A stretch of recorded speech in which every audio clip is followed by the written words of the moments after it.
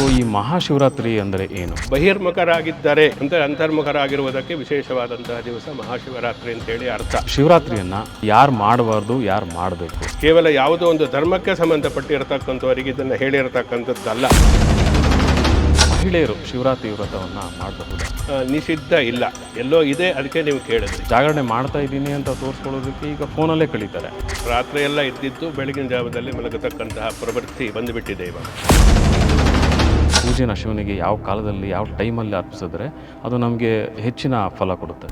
ವ್ರತ ಯಜ್ಞಯಾಗಾದಿಗಳು ಶಾಸ್ತ್ರವಿಹಿತವಾಗಿ ಇದ್ದಾಗ ಮಾತ್ರ ಅದಕ್ಕೆ ಫಲ ಅನ್ನತಕ್ಕಂಥದ್ದು ಸಿಗುತ್ತೆ. ಇವನಿಂದ ನಮಗೆ ಯಾವ ರೀತಿ ಒಂದು ಶಕ್ತಿ ಬರುತ್ತೆ ಉಪವಾಸ ಮಾಡೋದ್ರಿಂದ? ನೀವು ಒಂದು ವರ್ಷದಲ್ಲಿ ಮಾಡಿರ್ತಕ್ಕಂತಹ ಪುಣ್ಯ ಎಲ್ಲವೂ ಕೂಡ ನಶಿಸಿ ಹೋಗುತ್ತೆ ಅನ್ನತಕ್ಕಂಥದ್ದು ಶಾಸ್ತ್ರವಾಕ್ಯ. ನಾನು ಉಪವಾಸ ಮುಗಿದ ತಕ್ಷಣ ನಾನು ಆವಾಗ ಮಾಂಸಾಹಾರ ಅನ್ನೋದನ್ನು ಸೇವಿಸ್ಬೋದು. ಎಲ್ರಿಗೂ ನಮಸ್ಕಾರ. ಇವತ್ತು ನಾವು ಶಿವರಾತ್ರಿ ಕುರಿತು ವಿಶೇಷ ಮಾಹಿತಿಯನ್ನು ತಿಳಿದುಕೊಳ್ಳಿದ್ದೇವೆ.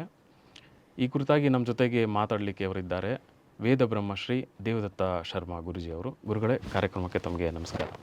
ನಮಸ್ಕಾರ. ಗುರುಗಳೇ, ಪ್ರತಿ ತಿಂಗಳು ಶಿವರಾತ್ರಿ ಅನ್ನೋದು ಬರುತ್ತೆ. ಸೊ ಈ ಮಹಾಶಿವರಾತ್ರಿ ಅಂದರೆ ಏನು? ಶಾಂತಂ ಪದ್ಮಾಸನಸ್ಥಾಂ ಶಶಿಧರ ಮುಕುಟಂ ಪಂಚಭಕ್ತ್ರಂ ತ್ರಿನೇತ್ರಂ ಶೂಲಂ ವಜ್ರಂಚ ಖಡ್ಗಂ ಪರಶಮಭಯದಂ ದಕ್ಷಭಾಗೆ ವಹಾಂತಂ ನಾಗಂ ಪಾಶಂಚ ಕಂಠಾಂ ಪ್ರಯತಂ ಚಾಂಕುಶಂ ವಾಮಭಾಗೆ ನಾನಾಲಂಕಾರಕಾಂತಂ ಸ್ಫಟಿಕನಿಭಂ ಪಾರ್ವತೀಶಂ ನಮಾಮಿ. ನಮಶ್ಚಂಡಿಕಾಯಿ ಶ್ರೀ ಗುರುಭ್ಯೋ ನಮಃ. ಶಿವರಾತ್ರಿ ಹೆಸರೇ ಹೇಳುತ್ತೆ, ಮಂಗಳವನ್ನು ಉಂಟು ಮಾಡತಕ್ಕಂತಹ ರಾತ್ರಿ ಅಂತ. ಪ್ರತಿ ತಿಂಗಳುಗಳಲ್ಲಿಯೂ ಕೂಡ ಮನುಷ್ಯನ ಅಭ್ಯುದಯಕ್ಕೋಸ್ಕರ, ಶ್ರೇಯಸ್ಸಿಗೋಸ್ಕರ, ನಮ್ಮನ್ನು ನಾವು ಉದ್ಧಾರ ಮಾಡಿಕೊಳ್ಳುವುದಕ್ಕೋಸ್ಕರ ಭಗವಂತನು ಪ್ರತಿಯೊಂದು ಅಮೂಲ್ಯವಾದಂತಹ ಪರ್ವಕಾಲಗಳನ್ನು ತಿಥಿಗಳ ರೂಪದಲ್ಲಿ, ನಕ್ಷತ್ರಗಳ ರೂಪದಲ್ಲಿ, ವಾರಗಳ ರೂಪದಲ್ಲಿ ಕೊಟ್ಟಿದ್ದಾನೆ. ಹಾಗೆ ಮಂಗಳವನ್ನು ಉಂಟು ಮಾಡತಕ್ಕಂತಹ ಶಿವ ಅಂದರೆ ಮಂಗಳ ಅಂತಲೇ ಇನ್ನೊಂದು ಹೆಸರು. ಮಂಗಳವನ್ನು ಉಂಟು ಮಾಡತಕ್ಕಂತಹ ರಾತ್ರಿಗಳು ಒಂದು ವರ್ಷದಲ್ಲಿ 12 ಬಾರಿ ಬರುತ್ತೆ. ಅದೆಲ್ಲ ಮಾಸ ಶಿವರಾತ್ರಿ ಅಂತ. ಅಂದರೆ ಪ್ರತಿ ಮಾಸದಲ್ಲಿ, ಪ್ರತಿ ತಿಂಗಳುಗಳಲ್ಲಿ ಬರತಕ್ಕಂತಹ ಈಶ್ವರನ್ನು ವಿಶೇಷವಾಗಿ ಅರ್ಚಿಸುವುದಕ್ಕೆ ಇರತಕ್ಕಂಥದ್ದಕ್ಕೆ ರಾತ್ರಿ ಮಾಸ ಶಿವರಾತ್ರಿ ಅಂಥೇಳಿ ಹೇಳ್ತಾರೆ. ಇದು ಯಾವಾಗ ಬರುತ್ತೆ? ಅಮಾವಾಸ್ಯೆಯ ಹಿಂದಿನ ದಿನ, ಅಂದರೆ ಅಮಾವಾಸ್ಯೆಯ ಹಿಂದಿನ ದಿನ ಚತುರ್ದಶಿ ಮಾಸ ಶಿವರಾತ್ರಿ ಅಂಥೇಳಿ ಆಚರಿಸಲ್ಪಡತಕ್ಕಂಥದ್ದು. ಪ್ರತಿ ತಿಂಗಳುಗಳಲ್ಲಿ ಪ್ರದೋಷ ಹೇಗೆ ಪೂಜೆಯನ್ನು ಮಾಡ್ತೀವೋ, ಸೋಮವಾರ ಈಶ್ವರನಿಗೆ ಹೇಗೆ ಪ್ರೀತಿಕರವೋ, ಅಷ್ಟಮಿ ಈ ಶ್ರಾವಣ ಮಾಸದಲ್ಲಿ ಬರತಕ್ಕಂತಹ ಅಷ್ಟಮಿ ಏನಿದೆ, ಕೃಷ್ಣಾಷ್ಟಮಿ, ಕೃಷ್ಣ ಜನ್ಮಾಷ್ಟಮಿ ಅಂತೀವಲ್ಲ, ಇದು ಕೂಡ ಶಿವಪೂಜೆಗೆ ತುಂಬ ಪ್ರಶಸ್ತವಾಗಿರತಕ್ಕಂಥದ್ದು ಅಂಥೇಳಿ ಶಾಸ್ತ್ರಗಳು ಹೇಳುತ್ತೆ. ಆಮೇಲೆ ಪ್ರದೋಷ ಎಲ್ಲರಿಗೂ ಗೊತ್ತಿರತಕ್ಕಂಥದ್ದು, ತಿಂಗಳಿಗೆ 2 ಬಾರಿ ಬರುತ್ತೆ. ಪ್ರತಿ ಸೋಮವಾರ ಈಶ್ವರನಿಗೆ ವಿಶೇಷವಾದಂತಹ ಪೂಜೆಯನ್ನು ಮಾಡಿ ಆ ಮೂಲಕ ಈಶ್ವರಾನುಗ್ರಹಕ್ಕೆ ಪಾತ್ರರಾಗುವುದಕ್ಕೆ ವಿಶೇಷವಾಗಿರತಕ್ಕಂತಹ ದಿನ. ಇನ್ನು ಪ್ರದೋಷ ಕಾಲ, ಸೋಮವಾರ, ಅಷ್ಟಮಿ, ನಂತರದಲ್ಲಿ ಮಾಸ ಶಿವರಾತ್ರಿ, ಅಮಾವಾಸ್ಯೆಯ ಹಿಂದಿನ ದಿವಸ ಬರತಕ್ಕಂತಹ ಚತುರ್ದಶಿ ಶ್ರೇಷ್ಠವಾಗಿರತಕ್ಕಂಥದ್ದು ಈಶ್ವರನ ಪೂಜೆಗೆ. ಆ ಎಲ್ಲ ಮಾಸ ಶಿವರಾತ್ರಿ ಪ್ರತಿ ಮಾಸದಲ್ಲಿ ಬರತಕ್ಕಂತಹ ಚತುರ್ದಶಿಗಿಂತ ಈ ಮಾಘ ಮಾಸದಲ್ಲಿ ಬರತಕ್ಕಂತಹ, ಅಂದರೆ ಸಂವತ್ಸರದ ಸಾರ ಸಂಗ್ರಹ ಅಂತೇಳಿ ಹೇಳ್ಬೋದು ಮಾಘ ಮಾಸ ಅನ್ನತಕ್ಕಂಥದ್ದು. ಮಾಘ ಮಾಸ ಪ್ರಾರಂಭ ಆಗತಕ್ಕಂಥದ್ದೇ ಆದಿತ್ಯಾತ್ಮಕ ರುದ್ರ, ಅಂದರೆ ಸೂರ್ಯನಾರಾಯಣನ ವಿಶೇಷವಾದಂತಹ ಅರ್ಚನೆ. ರಥಸಪ್ತಮಿ ಬರುತ್ತೆ, ವಿಶ್ವಾಷ್ಟಮಿ ಬರುತ್ತೆ. ಮಾಘ ಸ್ನಾನವನ್ನು ಮಾಡೋದಕ್ಕೆ ಪರಮ ಪವಿತ್ರವಾಗಿರ್ತಕ್ಕಂತಹ ಮಾಸ ಈ ಮಾಘ ಮಾಸ. ಆ ಮಾಘ ಮಾಸದಲ್ಲೇ, ಅಂದರೆ ಇತರ ಎಲ್ಲ 11 ಮಾಸಗಳಿಗಿಂತ ಶ್ರೇಷ್ಠವಾಗಿರ್ತಕ್ಕಂತಹ ಮಾಸ ಅಂದರೆ ಅದು ಮಾಘ ಮಾಸ ಅಂಥೇಳಿ ಮಾಘ ಪುರಾಣದಲ್ಲಿ ಕೂಡ ಹೇಳ್ತಾರೆ. ಅದರ ಈ ಮಾಘ ಮಾಸದಲ್ಲಿ ಬರತಕ್ಕಂತಹ ಈ ಕೃಷ್ಣ ಪಕ್ಷದ ಚತುರ್ದಶಿಗೆ ಮಾಸ ಶಿವರಾತ್ರಿ ಅಲ್ಲ, ಮಹಾಶಿವರಾತ್ರಿ ಅಂಥೇಳಿ ಒಂದು ಸೂಪರ್ಲೇಟಿವ್ ಡಿಗ್ರಿ ಅಂತಾರಲ್ಲ, ಆ ರೀತಿಯಾಗಿ ಕೊಟ್ಟಿದ್ದಾರೆ ಮಹಾಶಿವರಾತ್ರಿ ಅಂತ. ಅಂದರೆ ಮಾಘ ಪಾಲ್ಗೊಡೆಯೋರ್ ಮಧ್ಯೆ ಕೃಷ್ಣಾಯಾತು ಚತುರ್ದಶಿ ಸಸ್ಯಾಂ ಜಾಗರಣಾತುದ್ರಃ ಪೂಜಿತೋ ಮುಕ್ತಿತಃ ಅಂಥೇಳಿ ಹೇಳ್ತಾರೆ. ಪಾಲ್ಗುಣ ಮಾಸ ಮತ್ತು ಮಾಘ ಮಾಸದ ಮಧ್ಯದಲ್ಲಿ ಬರತಕ್ಕಂತಹ, ಅಮಾವಾಸ್ಯೆ ಹಿಂದಿನ ದಿವಸ ಬರತಕ್ಕಂತಹ ಈ ಮಹಾಶಿವರಾತ್ರಿಗೆ ವಿಶೇಷವಾದಂತಹ ಪ್ರಾಶಸ್ತ್ಯ ಇರುವುದರಿಂದ ಈ ಸಮಯದಲ್ಲಿ ನಾವು ಜಾಗರಣೆಯಿಂದ ಇದ್ದು ಉಪವಾಸವನ್ನು ಆಚರಿಸಿ ಶಿವಪೂಜೆಯನ್ನು ಮಾಡಿ ಮುಕ್ತಿದಹ ಅಂತ ಇಹದಲ್ಲಿಯೂ ಕೂಡ ಸುಖವನ್ನು ಅನುಭವಿಸ್ತಕ್ಕಂಥದ್ದು, ಪರದಲ್ಲಿಯೂ ಕೂಡ ಶಿವ ಸಾನ್ನಿಧ್ಯವನ್ನು ಹೊಂದಿರತಕ್ಕಂತಹದ್ದು. ಅದಕ್ಕೆ ಎಲ್ಲರೂ ಆ ಅವಕಾಶವನ್ನು, ಸುವರ್ಣ ಅವಕಾಶವನ್ನು ಯಾರು ಕೂಡ ವಂಚಿತರಾಗಬಾರ್ದು, ಮಿಸ್ ಮಾಡಿಕೊಳ್ಳಬಾರದು ಅಂತಕ್ಕಂಥದ್ದು ಶ್ರೀ ಮಹಾಶಿವರಾತ್ರಿಯ ಮಹಿಮೆಯಲ್ಲಿ ಹೇಳಿದ್ದಾರೆ. ಆದ್ದರಿಂದ ಈ ಮಹಾಶಿವರಾತ್ರಿಗೆ ಒಂದು ವಿಶೇಷವಾದಂತಹ ಪರ್ವಕಾಲ ಅಂಥೇಳಿ ನಾವು ಹೇಳ್ಬೋದು. ಇನ್ನೂ ಹಲವು ಶಾಸ್ತ್ರಗಳಲ್ಲಿ ಹೇಗೆ ತೀರ್ಥರಾಜ ಅಂಥೇಳಿ ನಾವು ಗಂಗಾ ಯಮುನಾ ಸರಸ್ವತಿಯ ಒಂದು ಸಾನ್ನಿಧ್ಯವನ್ನು ಕರಿತೀವಿ, ಪುಷ್ಕರ ಅಂತೇಳಿ ಹೇಳ್ತೀವಲ್ಲ, ಹಾಗೆ ಈಕೆ ವ್ರತರಾಜ ಅಂಥೇಳಿ ಹೇಳ್ತಾರೆ ಮಹಾಶಿವರಾತ್ರಿಯ ಪೂಜೆಗೆ, ಮಹಾಶಿವರಾತ್ರಿಯ ಆಚರಣೆಗೆ, ಮಹಾಶಿವರಾತ್ರಿಯ ಒಂದು ವ್ರತಕ್ಕೆ. ಇದಕ್ಕೆ ವ್ರತರಾಜ ಇತರ ಎಲ್ಲ ವ್ರತಗಳಿಂದ ಶ್ರೇಷ್ಠವಾಗಿರತಕ್ಕಂಥದ್ದು ಈ ಮಹಾಶಿವರಾತ್ರಿಯ ಒಂದು ವ್ರತ ಅನ್ನತಕ್ಕಂಥದ್ದು ಅಂತ. ಇದಕ್ಕೆ ಒಂದು ವಿಶೇಷವಾದಂತಹ ಪ್ರಾಶಸ್ತ್ಯ, ವೈಶಿಷ್ಟ್ಯತೆ, ಪರಮ ಪಾವಿತ್ರತೆ ಅನ್ನತಕ್ಕಂಥದ್ದು ಮಹಾಶಿವರಾತ್ರಿಗೆ ಇರುವುದರಿಂದ ಮಾಘ ಮಾಸದ ಕೃಷ್ಣಪಕ್ಷದ ಚತುರ್ದಶಿಯ ದಿವಸ ಈ ಮಹಾಶಿವರಾತ್ರಿಯಾಗಿ ಶಿವಪೂಜೆಯನ್ನು ಆಚರಿಸ್ತಕ್ಕಂತಹ ಒಂದು ಕ್ರಮ ನಮ್ಮ ಪುರಾಣ ಕಾಲದಿಂದಲೂ ಕೂಡ ಬಂದಿರತಕ್ಕಂಥದ್ದು ನಾವು ನೋಡಬಹುದು. ಅದರಿಂದಲೇ ಈ ಮಹಾಶಿವರಾತ್ರಿಗೆ ಕಾಲಗಣನೆ ಅನ್ನತಕ್ಕಂಥದ್ದು ತುಂಬ ಮುಖ್ಯ. ಅದರಲ್ಲೂ ಕೂಡ ನಿಶೀತ ವ್ಯಾಪಿನಿ ಅಂತೇಳಿ ಹೇಳ್ತಾರೆ. ನಿಶೀತ ವ್ಯಾಪಿನಿ ಅಂತಂದರೆ ಈ ರಾತ್ರಿ ಕಾಲದಲ್ಲಿ ಈ ಚತುರ್ದಶಿ ಇರತಕ್ಕಂಥದ್ದು ಶ್ರೇಷ್ಠವಾಗಿರತಕ್ಕಂಥದ್ದು. ಅಂದರೆ ಚತುರ್ದಶಿಯಲ್ಲಿ ಶಿವಪೂಜೆಯನ್ನು ಮಾಡತಕ್ಕಂಥದ್ದು ರಾತ್ರಿ ಸಮಯದಲ್ಲಿ ಇರಬೇಕು. ಶಿವರಾತ್ರಿ ಬೇರೆ ಎಲ್ಲ ರಾತ್ರಿಗೆ ವಿಶೇಷವಾದಂತಹ ಮಹತ್ವ ಇಲ್ಲ. ಬೇರೆ ಗಣಪತಿ ಹಬ್ಬ ಇರ್ಬೋದು, ಕೃಷ್ಣಾಷ್ಟಮಿ ಇರ್ಬೋದು, ರಾಮನವಮಿ ರಾತ್ರಿ ಪೂಜೆಯನ್ನು ಮಾಡಲ್ಲ.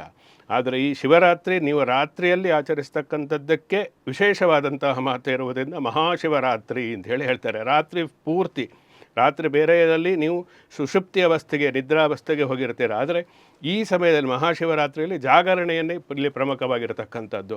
ನಿದ್ರೆಯನ್ನು ಮಾಡಬಾರದು. ನಾವು ಅಂಧಕಾರವನ್ನು ಜಯಿಸಬೇಕಾದರೆ ಆ ಸಮಯದಲ್ಲಿ ನಿದ್ದೆಯಿಂದ ಎಚ್ಚೆತ್ತು ಭಗವಂತನನ್ನು, ಶಿವನನ್ನು ಪೂಜಿಸಿದ ಮಾತ್ರ ಶಿವನ ಅನುಗ್ರಹ ಅನ್ನತಕ್ಕಂಥದ್ದು ಪಾತ್ರರಾಗುವುದರಿಂದ ಮಹಾಶಿವರಾತ್ರಿಯ ದಿವಸ ಜಾಗರಣೆಗೆ ವಿಶೇಷವಾದಂತಹ ಮಹತ್ವವನ್ನು ಹೇಳಿದ್ದಾರೆ. ಅದರಲ್ಲೂ ಕೂಡ ನಿಶೀತ ವ್ಯಾಪಿನಿ ಆಗಲೇ ಹೇಳಿದೆ. ಅಂದರೆ ರಾತ್ರಿ ಸಮಯದಲ್ಲಿ ಚತುರ್ದಶಿ ಇದ್ದಂಥದ್ದು ಶ್ರೇಷ್ಠವಾಗಿರ್ತದೆ ಶಿವರಾತ್ರಿ ಆಚರಣೆಗೆ. ಆ ಶಿವರಾತ್ರಿ ನಿರ್ಣಯ ಅಂತ ಹೇಳಿ ಬರುತ್ತೆ. ಅದರಲ್ಲಿ ನೀವು ಚತುರ್ದಶಿ ಮಾರನೇ ದಿವಸ ಇದ್ದರೆ ಪೂರ್ವ, ಪರ ಹೀಗೆಲ್ಲ ಬರುತ್ತೆ. ಚತುರ್ದಶಿ ಯಾವ ದಿವಸ ಇರಬೇಕು ಅನ್ನತಕ್ಕಂಥ. ಆದರೆ ಈ ವರ್ಷದಲ್ಲಿ ಆ ರೀತಿ ಗೊಂದಲ ಏನೂ ಇಲ್ಲ. ಸಂಪೂರ್ಣವಾಗಿ ಭಾನುವಾರದ ದಿವಸ, ಅದು ಭಾನುವಾರದ ದಿವಸ ಮತ್ತು ಮಂಗಳವಾರದ ದಿವಸ ಮಹಾಶಿವರಾತ್ರಿ ಬಂದರೆ ತುಂಬ ಶ್ರೇಷ್ಠ ಅಂತೇಳಿ ಕೂಡ ಹೇಳಿದ್ದಾರೆ. ಆದರೆ ಈ ವರ್ಷ ಈ ವಿಶ್ವಾವಸುನಾಮ ಸಂವತ್ಸರದಲ್ಲಿ ಭಾನುವಾರದ ದಿವಸವೇ, ಅದು ಮಾಘ ಮಾಸದಲ್ಲಿ ಭಾನುವಾರದ ದಿವಸ ಶಿವರಾತ್ರಿ, ಮಹಾಶಿವರಾತ್ರಿ ಬಂದಿರತಕ್ಕಂಥದ್ದು ತುಂಬ ಶ್ರೇಷ್ಠವಾಗಿ ಪರಮ ಪವಿತ್ರವಾಗಿರತಕ್ಕಂತಹ ದಿನ ಅಂತೇಳಿ ಹೇಳ್ಬೋದು. ಹೀಗೆ ಈ ಶಿವರಾತ್ರಿಯ ಕಾಲ ಏನಿದೆ, ಇದು ಒಂದು ಸೂಕ್ತವಾದಂತಹ ಸಮಯದಲ್ಲಿ, ಸರಿಯಾದ ವಾರದಲ್ಲಿ, ವಾರಶುದ್ಧಿ, ತಿಥಿಶುದ್ಧಿ, ಆ ಸಮಯ ಶುದ್ಧಿ ಇವೆಲ್ಲವನ್ನು ನೋಡಿಕೊಂಡು ಆ ಮೂಲಕ ಮಹಾಶಿವರಾತ್ರಿಯನ್ನು ಆಚರಣೆ ಮಾಡುವುದಕ್ಕೆ ನಮ್ಮ ಶಾಸ್ತ್ರಗಳಲ್ಲಿ ಹೇಳಿದ್ದಾರೆ. ಗುರುಗಳೇ, ನಮ್ಮ ಹಿಂದೂ ಧರ್ಮದಲ್ಲಿ ಕಾಲ ಆಮೇಲೆ ಗಳಿಗೆ, ಅಂದರೆ ಯಾವುದೇ ಒಂದು ಹಬ್ಬ ಆಚರಣೆ ಮಾಡೋದಾಗಲಿ ಅಥವಾ ನಾವು ಯಾವುದೇ ಒಂದು ಕಾರ್ಯಕ್ರಮ ಮಾಡೋದಾಗಲಿ, ಅದಕ್ಕೆ ಗಳಿಗೆ ತುಂಬ ಸೂಕ್ಷ್ಮವಾಗಿರುತ್ತೆ. ಆಮೇಲೆ ಅದಕ್ಕೆ ಅದರದ್ದೇ ಆದ ಒಂದು ಶಕ್ತಿ ಇರುತ್ತೆ. ಈಗ ಶಿವರಾತ್ರಿನ ನಾವು ಯಾವ ಕಾಲದಲ್ಲಿ, ಅಂದರೆ ಈ ಪೂಜೆನ ಶಿವನಿಗೆ ಯಾವ ಕಾಲದಲ್ಲಿ, ಯಾವ ಟೈಮಲ್ಲಿ ಅರ್ಪಿಸಿದ್ರೆ ಅದು ನಮಗೆ ಹೆಚ್ಚಿನ ಫಲ ಕೊಡುತ್ತೆ? ಪ್ರತಿಯೊಂದು ಹಬ್ಬ ಹರಿದಿನ ಆಚರಣೆ, ಯಜ್ಞಯಾಗಾದಿಗಳು ಇರ್ಬೋದು, ಯಾವುದೇ ಇರಲಿ, ಒಂದು ಒಳ್ಳೆಯ ಕೆಲಸವನ್ನು ನಾವು ಮಾಡಬೇಕಾದರೆ ಕಾಲವನ್ನು ನೋಡಲೇಬೇಕು. ಕಾಲಾಯ ತಸ್ಮೈ ನಮಃ ಅಂತೇಳಿ ಹೇಳ್ತಾರೆ. ಅಂದರೆ ಕಾಲ, ಪುರುಷನನ್ನು ನಾವು ನೋಡಿ ಆ ಮೂಲಕ ಯಾವ ಕಾಲ ಯಾರಿಗೆ ಒಳ್ಳೆಯದು ಅಂತ ತಿಳಿದುಕೊಂಡು ಮಾಡತಕ್ಕಂಥ ಒಂದು ವಿಧಾನ. ಜೊತೆಯಲ್ಲಿ ಸಾರ್ವಕಾಲಿಕವಾಗಿ, ಸಾರ್ವತ್ರಿಕವಾಗಿ ಕೆಲವೊಂದು ವಿಶೇಷವಾದಂತಹ ಪರ್ವಕಾಲಗಳು ಅಂಥೇಳಿ ಇರುತ್ತೆ. ಅಂತಹ ಪರ್ವಕಾಲಗಳನ್ನು ನಾವು ಸದುಪಯೋಗಪಡಿಸಿಕೊಂಡು ಮಾನವ ಜನ್ಮವನ್ನು ಸಾರ್ಥಕಪಡಿಸಿಕೊಳ್ಳುವುದಕ್ಕೆ ಇಂತಹ ವಿಶೇಷವಾದಂತಹ ಹಬ್ಬ ಹರಿದಿನಗಳನ್ನು ನಮ್ಮ ಪ್ರಾಚೀನ ಮಹರ್ಷಿಗಳು ನಮಗೆ ಹೇಳಿರ್ತಕ್ಕಂಥದ್ದು. ಅದರಲ್ಲಿ ಈ ಮಹಾಶಿವರಾತ್ರಿ, ಹೀಗೆ ನಾವು ಈ ನವರಾತ್ರಿ, ದಸರಾ ಬರುತ್ತೆ, ಆಶ್ವಯುಜ ಮಾಸದಲ್ಲಿ ಬರತಕ್ಕಂಥದ್ದು. ಅದಕ್ಕೆ ನವರಾತ್ರಿ 9 ರಾತ್ರಿ ಪೂಜೆಯನ್ನು ಮಾಡೋದಕ್ಕೆ ಅದಕ್ಕೆ ವಿಶೇಷವಾಗಿ ಹೇಳಿದ್ದಾರೆ. ಪ್ರದೋಷ ಕಾಲ, ಯಾವ ಸಂಧ್ಯಾಕಾಲದಲ್ಲಿ ನಾವು ಮಾಡತಕ್ಕಂತಹ ಪೂಜೆ, ಅದು ಪ್ರದೋಷ ಪೂಜೆ ಅಂತ ಹೇಳಿ ಕರೆಸಿಕೊಳ್ಳುತ್ತೆ. ಇನ್ನು ಬ್ರಾಹ್ಮಿ ಮುಹೂರ್ತದಲ್ಲಿ ನಾವು ಕೆಲವೊಂದು ಆಚರಣೆಗಳನ್ನು ಮಾಡುವುದಕ್ಕೆ, ಹಬ್ಬ ಹರಿದಿನಗಳನ್ನು ಆಚರಣೆ ಅಥವಾ ಯಾವುದೇ ಜಪ, ಅನುಷ್ಠಾನ, ಧ್ಯಾನ ಇವುಗಳನ್ನು ಮಾಡುವುದಕ್ಕೆ ಬ್ರಾಹ್ಮಿ ಮುಹೂರ್ತ, ಅರುಣೋದಯ, ಉಷಃಕಾಲ, ಸೂರ್ಯೋದಯ, ಪ್ರಾತಃ ಕಾಲ ಹೀಗೆಲ್ಲ ಹೇಳಿದ್ದಾರೆ. ಕಾಲ ವಿಭಜನೆಯ ನಮ್ಮ ಕಾಲ ಗಣನೆ ತುಂಬ ಮುಖ್ಯ ನಮಗೆ. ಯಾವುದೇ ನಾವು ಕಾಲ ಸರಿಯಾಗಿರಬೇಕು. ಕಾಲ, ದೇಶ, ಕಾಲ, ದೇಹ ಇವೆಲ್ಲವೂ ಕೂಡ ಸರಿಯಾಗಿದ್ದರೆ ಮಾತ್ರ ನಾವು ದೈವ ಸಾಕ್ಷಾತ್ಕಾರವನ್ನು ಪಡೆದುಕೊಳ್ಳುವುದಕ್ಕೆ ಸಾಧ್ಯ. ಹಾಗೆ ಈ ಮಹಾಶಿವರಾತ್ರಿಯಲ್ಲೂ ಕೂಡ ಚತುರ್ದಶಿ, ಕೃಷ್ಣಪಕ್ಷ ಚತುರ್ದಶಿ ಇರಬೇಕು. ಚತುರ್ದಶಿ ನಿಶೀತ ವ್ಯಾಪಿನಿ ಆಗಿರೋ ನಿಶೀತ ವ್ಯಾಪಿನಿ ಅಂದರೆ ರಾತ್ರಿ ಕಾಲದಲ್ಲಿ ಸಂಪೂರ್ಣವಾಗಿ ಚತುರ್ದಶಿ ಇದ್ದರೆ ಅದು ಶ್ರೇಷ್ಠ ಅಂತ. ಚತುರ್ದಶಿ ಇಲ್ಲದೇ ಇದ್ದರೆ ಅಥವಾ ಅಲ್ಪ ಸ್ವಲ್ಪ ಇದ್ದು ಪೂರ್ವ ದಿನದಲ್ಲಿ ಪರದಿನದಲ್ಲಿ ಇದ್ದರೆ ಅವೆಲ್ಲ ಶಿವರಾತ್ರಿ ನಿರ್ಣಯ ಯಾವಾಗೆ ಮಾಡಬೇಕು ಅನ್ನತಕ್ಕಂಥ ಶಾಸ್ತ್ರಗ್ರಂಥದಲ್ಲಿ ಹೇಳಿದ್ದಾರೆ.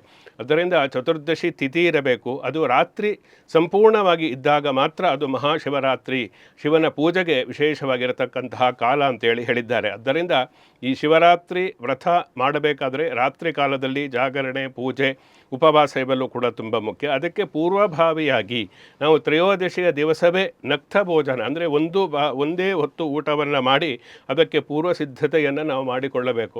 ಯಾವುದೇ ಒಂದು ವ್ರತವನ್ನು ಮಾಡಬೇಕಾದರೆ, ಪೂಜೆಯನ್ನು ಮಾಡಬೇಕಾದರೆ ಪೂರ್ವ ಸಿದ್ಧತೆ ಇಲ್ಲದೇ ಇದ್ದರೆ ಕಾನ್ಸಂಟ್ರೇಷನ್ ಬರಲ್ಲ, ಏಕಾಗ್ರತೆ ಬರುವುದಿಲ್ಲ, ಅದು ಸಾರ್ಥಕ ಆಗುವುದಿಲ್ಲ, ಸುಮ್ಮನೆ ಯಾಂತ್ರಿಕ ಆಗಿಬಿಡುತ್ತೆ ಪೂಜೆ ಅನ್ನತಕ್ಕಂಥದ್ದು.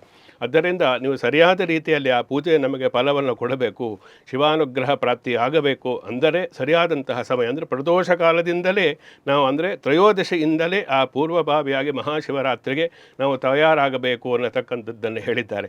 ಅದನ್ನು ತ್ರಯೋದಶಿ, ಚತುರ್ದಶಿ ಮತ್ತು ಅಮಾವಾಸ್ಯೆ 3 ದಿವಸ, ಅಂದರೆ ಚತುರ್ದಶಿಯ ದಿವಸ ನೀವು ಪಾರಣೆ ಅಂತೇಳಿ ಹೇಳ್ತಾರೆ. ಪಾರಣೆ ಅಂದರೆ ಉಪವಾಸ, ವಿಶೇಷವಾಗಿ ಶಿವರಾತ್ರಿಗೆ ಇರತಕ್ಕಂಥದ್ದು, ಮಹಾಶಿವರಾತ್ರಿಗೆ ಉಪವಾಸ ನಂತರ ಆಹಾರವನ್ನು ಸೇವಿಸಿದರೆ ಪಾರಣೆ ಅಂತ ಹೇಳಿ ಹೇಳ್ತಾರೆ. ಅದು ಕೂಡ ಚತುರ್ದಶಿಯಲ್ಲಿ ಮಾಡಿದರೆ ತುಂಬ ಶ್ರೇಷ್ಠ ಅಂತೇಳಿ ಹೇಳಿದ್ದಾರೆ. ಹೀಗೆ ಮಹಾಶಿವರಾತ್ರಿಗೆ ಚತುರ್ದಶಿ ಈ ತಿಥಿ ಏನಿದೆ ಇದು ನಿಶೀತ ವ್ಯಾಪಿನಿಯಾಗಿರತಕ್ಕಂಥದ್ದು. ಪಾರಣೆಯನ್ನು ಕೂಡ ಆ ಚತುರ್ದಶಿ ತಿಥಿಯಲ್ಲೇ ಮಾಡಿದರೆ ಅದು ಕೋಟಿ ಫಲವನ್ನು ಕೊಡುತ್ತೆ ಅನ್ನತಕ್ಕಂತಹ ಒಂದು ಕಾಲ ನಿರ್ಣಯವನ್ನು ಶಾಸ್ತ್ರದಲ್ಲಿ ಹೇಳಿರತಕ್ಕಂಥದ್ದು ನಾವು ನೋಡ್ಬೋದು.